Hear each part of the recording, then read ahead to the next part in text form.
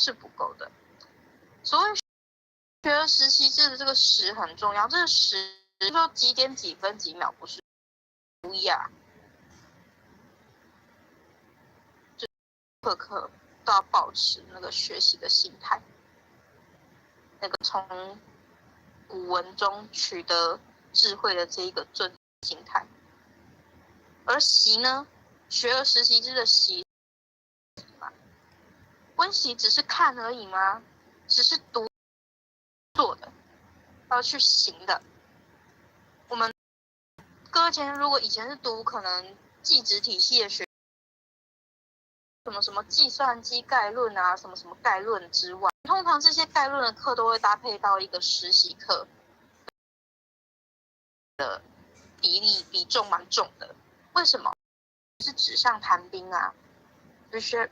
纸上谈兵的东西，你没有办法运用生活中，是不切实际啊。而要实实在在的去执行它，认真去修办道，去做善事，去抱持着喜悦之心的，这才是真正的，才是真正的不亦乐乎，不亦乐乎啊！真正的是这样子的。有这边，就是我们都是从源头来的嘛，都是来能跨越这个遥远的距离，齐聚乐的。人不知而不愠这一部分，则是我们今天修道人，以前的修道人要抛家弃子，要去做和尚、做尼姑，好多好多年，才让人世间人们去承认、去了解的一番的这个修为。而今天我们弟子不必这么辛苦，大家也许从表象我们是修道人，可是从我们的谈吐言行就会知道，你这个人不一样哦，你跟其他的龄的人看起来更为的懂事，更为的成熟，也是特别的好。您如果长辈或者是朋友这样对你说，那您真的是很成功的将你的道运用在您的实际生活中，就是你身边的人被你的这叫怎么说？身教大于言教是这个意思，就是他的言行举止是觉得您不一样。我们的内心常常都会有一些，而我们也会很想要跟这个社会上各去不要去差距太远，还是社会上能够好好的生活。但是在我们的修道的这个版的这一段期间，真的是只有一贯道道场才做到这样，好好珍惜。而孔子这边是不生气嘛，人家不懂我，我也不生土地。身为一贯道的弟子，别人不了解一贯道，别人不了解为什么我们茹素，不懂我们为什么要读经典，不应该生气。我们应该要以大慈大悲的慈悲心去了解，因为他们不懂，所以才会误解。而我们不生气，是我们控制了自己的内心、自己的情绪。这时候更应该要再发起你的大智慧，去成全他，让他了解，让他知道现在做的是有什么样的好，而这个好可以帮助我们，可以让我们的九泉七祖沾光，可以让我们的祖先一起来听课，可以福报，帮助我们往后回到理天，跟老师修行。我们这样和和气气的去跟那些不了解我们的人找个机会去度化成全，这才是真正君子的条件，君子的涵养。人不知而不愠，更应该是要这样。身为一个白羊弟子，好，我们来看下一篇。君子曰：吾日三省吾身，为人谋而不忠乎？与朋友交而不信乎？传不习乎？曾参啊，是孔子非常晚年才入门的一个子弟，年纪比孔子小了40大的一个。在孔子传承的这个去传承下来的，因此我们都尊称这个曾参为宗子的宗。而这个宗圣是怎么说的呢？每天一定会拿3个条目来自我反省、自我审查，帮人计划事情有没有尽心尽力的去筹办。第2条，志同道合的朋友交往有没有守信用？老师的学问要在传给别人的之前有没有？各位前人可以发现哦，这个吾日三省吾身里面的这些想法，学而时习之是有呼应的哦。我们在帮人计划，你有没有学而时习，学而去了解嘛？和志同道合的朋友，有朋自远方来，这些志同很远很远的地方来到您的身边，而您跟他在交往，你不亦乐乎？即使你高兴了，这件事情是真的吗？因为你没有守时、守信、守分，对对方而他来到这里遇见您，也不是一件快乐的事情啊。因此，我们还是反省哦。这些人来到您的身边，我们一起学习，我们必须要守时、守分。第3条，老师的学问有没有做执行嘛？吾日三省吾身日哈，有的解释是说先做反省或者是偶尔选1天、选2天来反省。各位前贤，我们每天在做早晚现象，每天1天1次吗？不，我们其实应该早午晚现象3次的来反省自己啊。而是我们之前有老前人谅解我们以前耕的这个时期，我们如果说早上出去耕田，中午再回来拜，再回去做耕田，真的营生嘛，所以才会有某一任的老前人去慈悲说，我们的午现香去算是免除了。但这一个是某一个前贤跟后学分享的哈，那后学其实没有去查证。那如果说各位前贤有听到这准确的资讯的话，可以在课后再去做分享哦。这是目前后学提到这样子免除的，因此变成早晚现象。里面都会有一个跪读愿忏，其实这就是我们的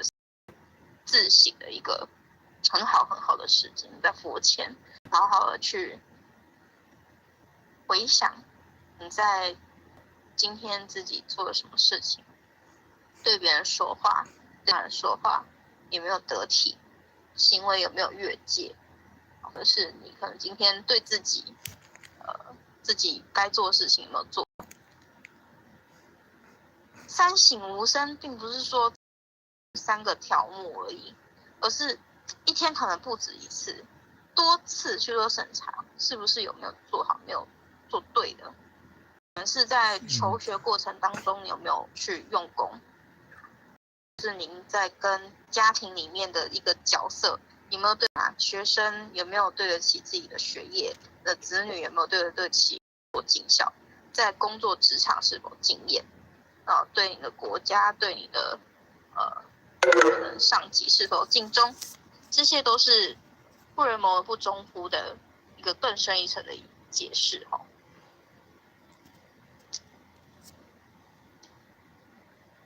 其实为什么要去做三省吾身呢？老子曾说：“知人者智，自知者明。”认清别人是一种智慧，可是你清醒的去认识自己，了解自己，去对待自己，去爱自己，这才是最难能可贵的。自知者明的这个明是什么？是对这个世界本质的一个认识，它是一个很全面性的。这个明就是我们的明示意识啊。我们要如何去找到这个自知呢？就是要靠这个自省啊。曾子这么说，每天一定拿这3个条目来审查自身，实在是一个修行人才会有这个想法，修行人才会反省自己。一般人哪会啊？一般人都会去指别人，反省别人，手指着他，你为什么要这样做？你这样做不对啊！或者是自己可能没有说出口，心里会不高兴啊，心里会说他这么做会怎么样怎么样，要造成什么样的问题、什么困难？为什么他不替别人想呢？可是各位前贤，你有没有想到，您在有这样子的您可能指责他的过程，你就必须要回想，我为什么要指责他？是他不对还是我不对？是他不高兴还是我不高兴？那我们大家都不高兴，是谁影响的？真的是因为他做错，还是因为你发怒了？有的时候真的是一个人的发怒，而导致那个场面、那个局面、那个气氛非常不舒服。那如果说你不要展现出来这不高兴，那是不是其实就问题没有这么大呢？我们可以想办法解决嘛，不要去老是反省别人。我们在想说这个人这么做不对，那怎么样做才可以让这件事情变对的呢？你可以用您的智慧去用一个幽默的方式、说话的艺术去展现，把这个尴尬的气氛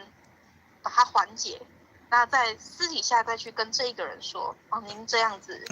下次要注意，下次要小心。这边后学就分享一个很有趣的事情，就是之前有一次是在那个颁奖的一个场景当中，那因为颁奖的时候，我们台下的人要恭喜上面的得奖人，很高兴又是捧花又是奖牌又送了好多好吃的东西放在一个盘子上，送上去给那个得奖人。得奖人手忙脚乱的东西拿滑这个饼干掉到地上去了怎么办？这是别人的用心啊！你说是把它扔了的吗？好像也不妥。你把它捡起来吃吗？又怕别人觉得这个人怎么这么的不计较不讲究。这个得奖人真的是非常的尴尬不管做什么事情，可能都一定会被别人去做文章这个时候主持人站出来了。主持人展现了他一个智慧，他说谢谢你还留了几块在这里给我。他把这个饼干被人弄掉了，丢到他旁边了，好像是主持人没有接好一样。哇，这个主持人这么一说，大家好就是非常愉快的就这样一笑而过了他掉饼干也不是什么大不了的事情嘛，下次再小心就好。这就是不要去反省别人为什么掉饼干，要去用自己的智慧去接纳这件事情，让这个场面更好。好，那我们修行人要如何去进步我可以怎么样去让这个事情更好？可以怎么想怎么做？自己的行为哪里不合适？同样的问题要怎么样去做调整？这个生命的主权这个情绪我们要自己去做掌握。我们都是修行人，我们要懂得去控制自己，找回自己再来是曾子有说过这个吾日三省吾身，而师尊老大人也有不同的见解昔日曾子言三省，那今日的白羊弟子的三省是哪三省日省其德，日省其智，日省其慧。究竟这三省的德智慧是什么呢？我们来看看。日省其德，否直养，革其思；日省其智，否蓄养，躬行健；日省其慧，否生养，利群生。这什么一个意思呢？首先是日行其德，否则养格，其次是每天都要审查自己的德性啊，要像种树一样，去浇花除草，去好好的培植，去分养。大家都知道，我们要成为一个圣人的过程当中，而不是我今天学了孔子，明天学了颜回，后天学了曾子，你就可以变成圣人，不是那么简单的，只是必须要去长期的去深耕，学习这些圣人的思维这样日复一日，圣人就在我们身边啊。各位浅浅看看我们的佛堂里面，以前都开开心心的去做起。我们以前开班后学印象很深刻，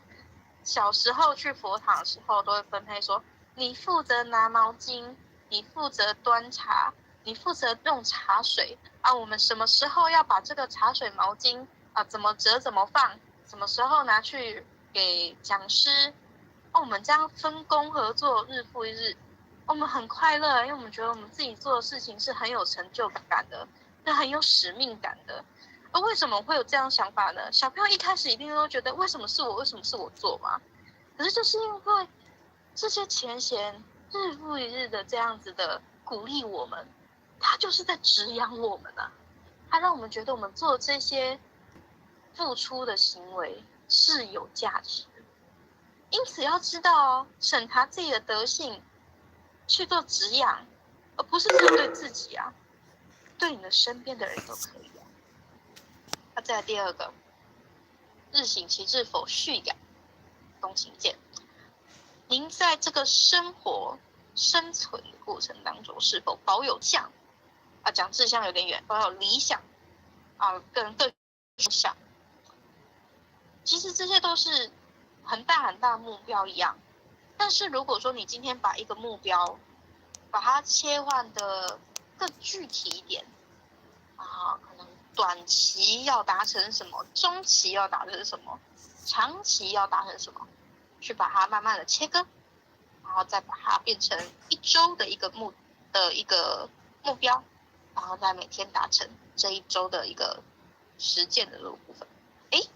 如果说你想要去一年当中达成一件事情，你把它切割的每天去读一点，就不会这么难了。举例，我们有一本书里面有可能300多页，你希望可以在1年之内读完这一本书，那你是不是一天去读1页就可以把它1年读完了这就是简单的天天去实践。那你1年以内，只要你乖乖的天天都读，或者是你一天多读几页，这1年一定可以把这本书读完那这本书是什么书？天书是我们的内心里面的那一个真理，那一个自信，这个光明的这一面，我们要天天的去读它才有可能成书好，这是我们的天天实践的志向的一个目标。我们要做对事情，做对方向，再往前冲不要跑到那个旁门左道往前冲就撞墙了，老师找不回你了。要好好的跟着我们的前人者的脚步，我们的前人，我们的典禅师都是很好的一个典范，都是我们的目标。好，再来第3个，日行其慧，否生养，利群生这刚刚前面讲的就是审查自己，再来是保有志向，再来就是你去影响周遭的人了。有没有每天增长智慧，累积智慧，利益众生？大家都很明白，是我们修道修行，行道办道，学修讲办行嘛。你要去做，要去成全，要开口，才能够去影响度化身边的人。其实不是只有是开口度化众生成全而已。他这里所谓的利益众生，后学这边分享一下，天然师就曾经有在那个幕后修办指南里面有分享一句是：办道的中间固然是度人、说法、开荒、设佛堂，这些是我们修办的一个中间过程，但是也不能忘记我们对于这个世界、对于这个社会的一个苦难，济世济民的一个关怀的行动。比如说，我们去做续劳，我们去保护环境，或者是我们去帮助身边比较弱势的人，甚至是放生动物、保护动物。去领养代替购买等等，这些都是跟十方众生结善缘的一个做法，而这些后天的事情还是必须要做的。如果我们没有去做到这些后天的这个广结善缘部分，如何去圆满我们先天的这个智慧具足呢？这是一个我们这师尊分享给我们的三行的部分。好，再下一篇，后学会特别挑这一篇，是因为刚刚三行，等下会有四物。那至于四物呢，我们现在看一下我们这个颜渊问仁这边，孔子回答他的这个四物是怎么来的哦。克己复礼为仁，一日克己复礼，天下归仁焉。为人有己而由人乎哉？颜渊曰：请问其目。子曰：非礼勿视，非礼勿听，非礼勿言，非礼勿动。颜渊就说啊，回虽不明，我不是很聪明啊，请示思语矣啊，就是我还是会遵从老师的这个想法。这边讲到这个非礼勿言、非礼勿视、非礼勿听、非礼勿动，这大家都非常的熟悉哈，所以后学这边就不多做去做一个解释。反倒是这克己复礼啊，是指你的视觉、听觉、你的言行、你的举止都要合乎到这个礼貌的礼仪。但是他这功夫是非常相当的困难的，因为这个控制的人都全凭自己啊，这个是别人没有办法帮上忙的，所以就必须要自己去控制好自己，才可能够达到这个戒律的状况。而这个颜回的戒律这个四物啊，如果说没有做好的话，就可能会失去到一个做人的准则，可能会去到不应该去的地方，说不该说的话，看到不该看的东西等等。那这样就很难去达到我们刚刚前面说的广结善缘了嘛，就可能会去触碰到什么比较不好的东西。好，就刚刚讲的那个末后修办指南也有提到哈，就是不要只谈论人的是非，要多多看别人的好处，去发掘人性的美丽与单纯，这才是般若智慧。就我们要听好的啊，不要听坏的，不要听是是非非。也不要去说。那师尊老大说的那个昔日曾子言三行，那四物又是什么四物呢？老师也有新的四物啦。勿因小怨而忘大恩，不要因为别人的小过失而全盘的去否认，不承认别人对自己的好，或者是别人曾经对这个社会所做出的好，而忘记别人的恩情。勿任己意而拒纳千言，这其实就跟以前那个真言，我们那个皇帝啊，身边的忠臣忠言逆耳是一样的概念啊。为什么会觉得忠言逆耳？为什么会逆耳？是因为你自己心里已经有个答案了，可是他的答案跟你不一样，就是因为你这些个皇帝有自己的想法，一意孤行，所以才会拒绝这些忠臣的一个建议嘛。那这边讲的是，虽然说他拒绝这个有智慧的话，可能会错失一个以我们一般人可能错失一个很好的成长的机会、学习的机会。可是如果说你今天是在高位者，可能您所一意孤行，到最后的结果，可能是会造成一个群体的伤害，或者是一个后续的一个很大很大的损失啊。所以这个坚持己见，其实有时候并不是这么的一个绝对，还是必须要去懂得去接纳他人，对，好好的自省。刚刚说吾日三省吾身嘛，不要只有想到自己。不揣天意而错失良机啊，就是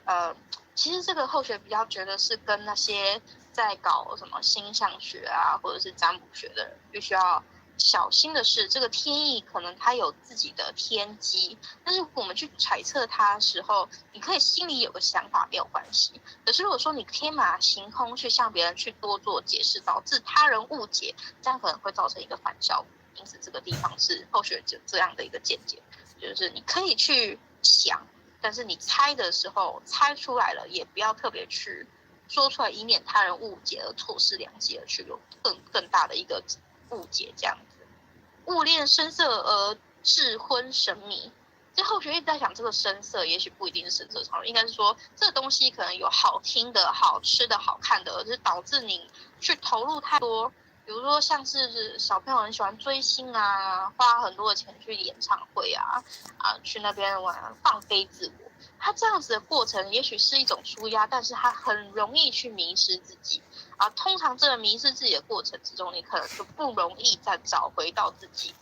就更不容易修行了。所以这个物恋声色应该是指说我们修道人啊，就跟那个另外一个宗教说不要去崇拜偶像是一样的想法，就是你可以去欣赏别人的有才、有艺、有智慧的地方，但是你不要去执着、去执迷在那一个人或那一个好。可以去学习他的好，但是不要只有学习他，一样是这个意思。好，我们要好好的去掌握好我们修行人的一个智慧。然后因为时间不是很多，后学这边跳一下。好，再来是结语的部分。佛陀老师慈悲曾经说，我们《论语》是一个救世的宝法，去整论纲论的一个经纬。那自信的真善美一个范本，以及恶世横流的不倒翁，他对《论语》有很好很好的一个评价这个我们整体的《论语》必须要说，这个孔子很有智慧，因为他不是讲什么大道理，他是告诉我们如何去说话，如何去行事，但是他都是一个针对我们德性修养的向上之路的一个很好的途径。那我们这个修读经典都可以增长我们智慧，对我们人生有正确方向的目标。而我们目标到底是什么呢？就是我们要找到我们的自信，找到自信呢，才有办法去发挥你的智慧嘛。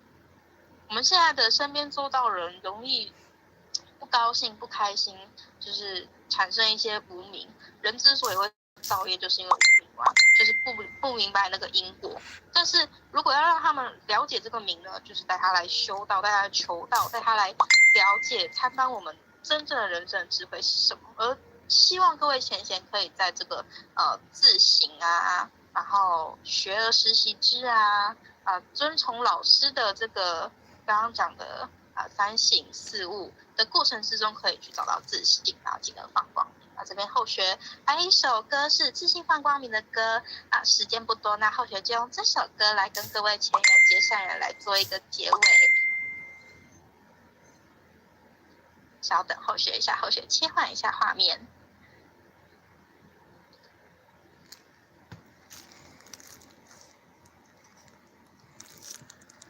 这样看得到画面吗？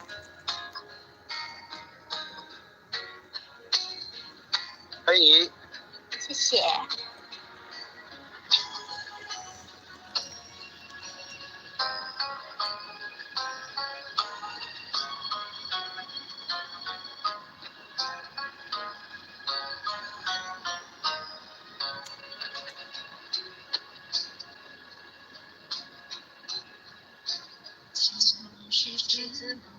是修道的开途，那流最遍身西方，修道人保持着清净的心火，滚红尘尘，依然坚定的自主。徒儿呀，祝福这颗心要抓住。莫让人生的沉浮，徒儿呀，要谨慎计较，依循真理，多清楚，独独的幸福来自快乐的付出。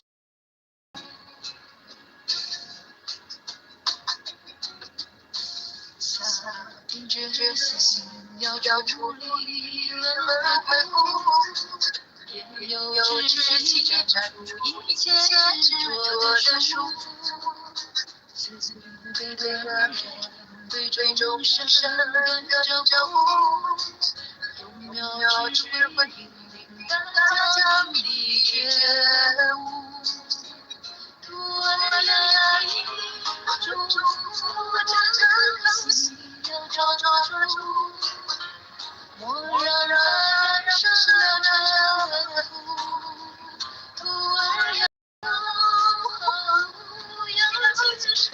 计较，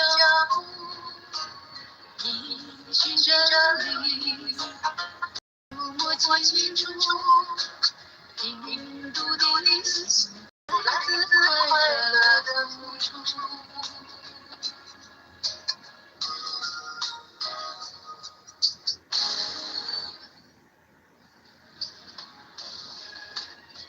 今天呢，后学都学习到这个地方。那如果有什么不圆满的地方，还恳请慈悲赦罪哈。请各位前贤也给予后学有一个学习提升的机会。那也未来也希望可以再有更好的机会，可以再向各位前贤学习。那以上是今天后学的这个分享，谢谢大家。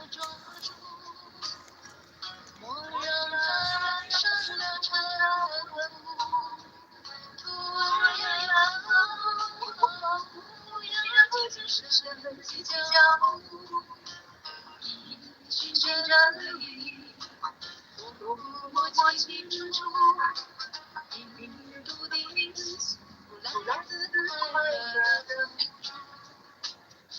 对人要有目睹，千万别服输，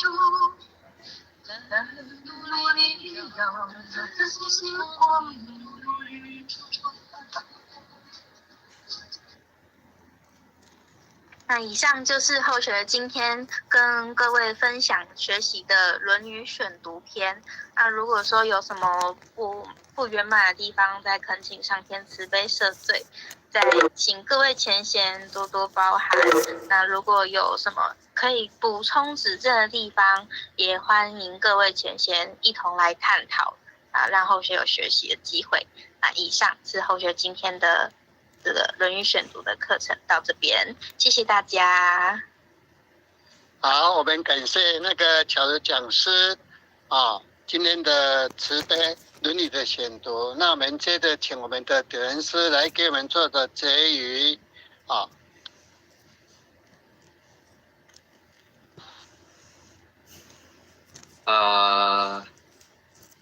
我们领任副领任组长线上各位前贤大德呢今天巧如讲师呢很慈悲呢针对在这个论语的选读里面呢能够将其重点来跟我们慈悲应用这个论语以及我们师尊老大人呢他的这一个慈信呢能够交互的，让我们更能够去了解那当然呢，在我们日常当中也就是我们的为人处事以及我们在修办当中我们需要针对哪一个方面呢来做学习，来做改变，那以求在人生上呢能够更圆满那么在修办当中呢能够更精进也能够把我们不好的如何呢借着这一个渐修呢能够好好的呢来把它圆满就像在这一个吾日三省吾身那么在这一句来讲呢，那当然也就是我们的一个关照那么关照在我们的心性是否能够圆满那不圆满又要如何去调整那你有了解之后，那么能够付之于行动讲师今天也慈悲也有讲到，我们就是要实践要实践因为你没有实践的话你那个没有实践的话，你光懂也没有用。好，那当然呢，我们在学习当中呢，就是以真理来关照到我们的言行举止。啊，这个讲师呢，他也讲得非常的清楚。啊，所以说呢，我们在驻场当中，在我们修办当中，无非就是要弃其本无，那么恢复我们本来有的。那当然呢，我们的心性随的就会趋于圆满，就是神秀大师他所讲的要时时勤佛事嘛，时时勤佛事。当然有一些并不是一下子就能够把它改得很好，但是我们能够自己有一个目标，知道自己的好跟坏，那一个目标呢，来做一个调整。其实我们也是在改变我们的命运，也是改变我们的人生观嘛。要不然我们在人世当中呢，难免会有很多的逆境跟顺境。那你又如何能够圆满？就是以个人身修齐家来讲，你这个家庭要能够和谐，当然就是这一个家庭的每一个人呢，都能够去了解，然后能够去改变，那这一个家庭呢，自然而然就会去和谐。那这个家庭能够和谐，只要就是个人要身修嘛，就是把不好的能够把它改变掉，那当然好的少，那么呢，不好的少，那么好的自然就会多，一来呢就是能够改变你的命运，也能够广结善缘。如果说你不好的没有去改变的话，当然日子久了，大家也知道我们的脾气毛病呢，很多，那这样的话，我们的人际关系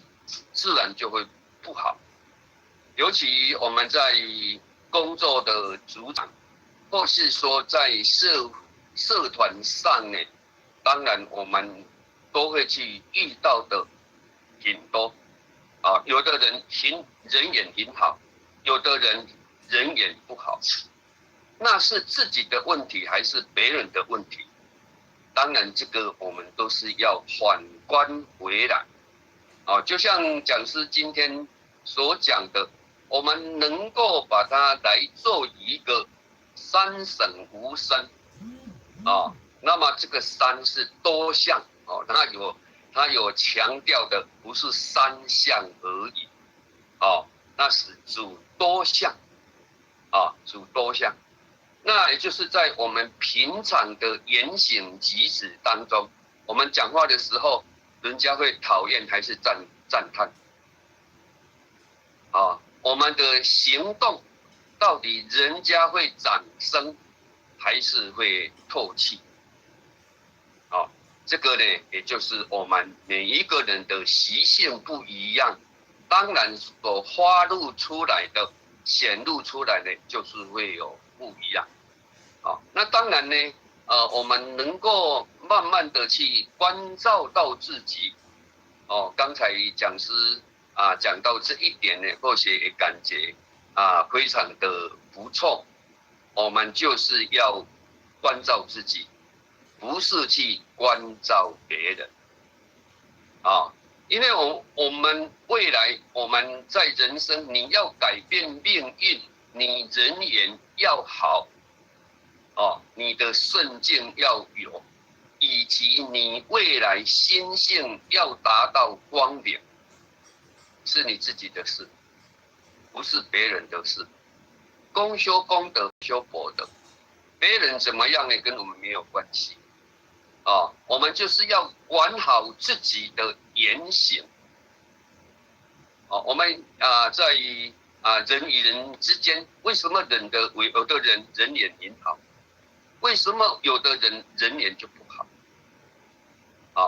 所以说呢，这个就是要反观回来，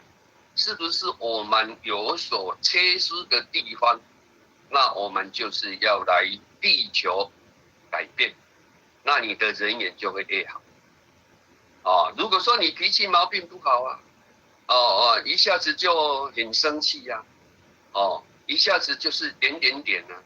其实人家在旁边呢，他不会跟我们讲，只是别人的心上来讲呢，他会认为这个人怎么脾气这么大，怎么这么不好？那这样的话呢，有的人就会保持距离以测安全嘛，唔通去迄个拍嘅较袂着笑，所以说呢，在这个人际关系就会不好，你的贵人就会跑掉。那如果说你的脾气毛病很好的话，这个都是你未来人生的助言，你会改变命运，你会遇到很多的贵人，这个是非常现实。所以你心用在哪里，你就会成就在哪里。所以说呢，我们今天这一个巧如讲师慈悲所讲的，那当然就是要如何在日常当中，以及我们每个人的这一个每一个人的这一个心性方面，我们又如何能够慢慢的，当然就是时勤佛事啦。讲师也有讲到这一点啦，是时勤佛事，26时中。道场不是我们修道呢，不是来道场才修，任何一个地方都是道场。不是到道场来呢，彬彬有礼。那在家里，在道场行王道，在家行霸道，或是在其他的主场上，我们就是显露出一个众生的这一种行为。那当然呢，我们也没办法去得到很好的人缘。你说我们的命运会改变？所以说呢，能够将讲师慈悲所讲的应用在我们日常，应用在我们的心性，用在一个家庭，那其实这个真的就是所谓的会改变命运。有的时候是想说改变命运，我们就求济公老师慈悲，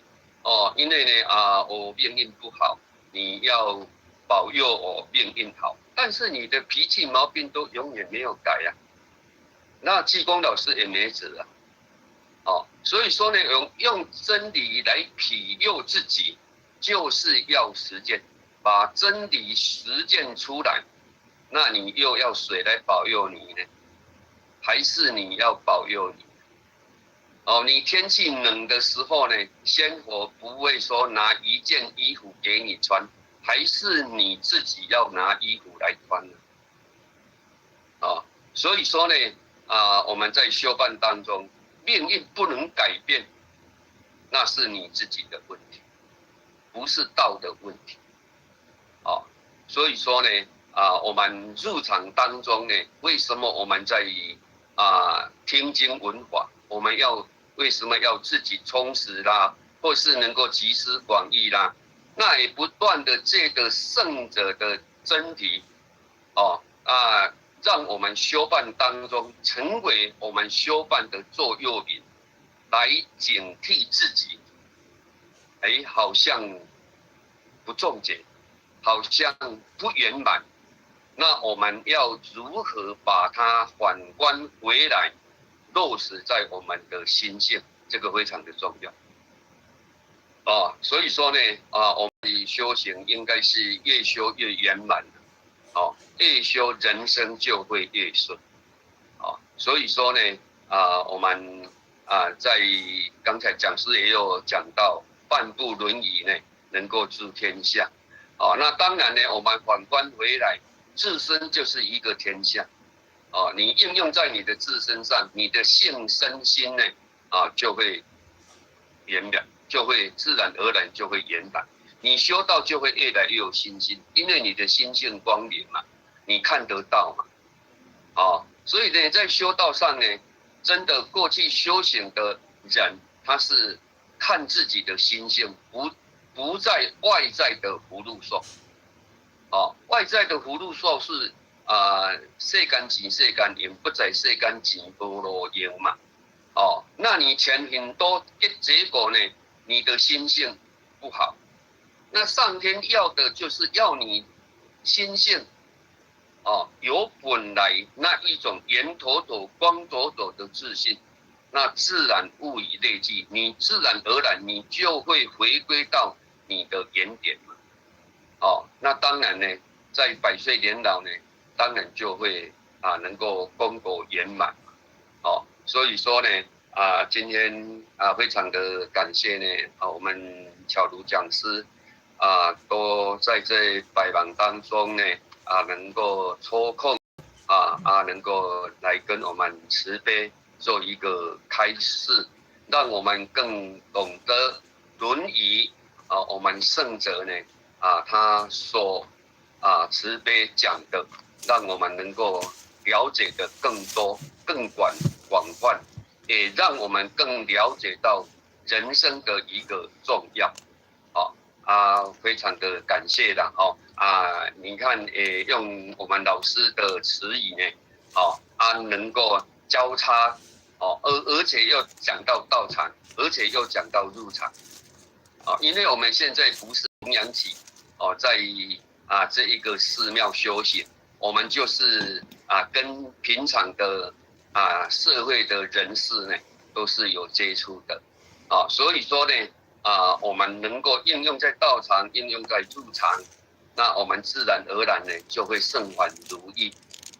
那我们的修行呢当然就会越来越好那这是或许感谢我们巧如讲师的慈悲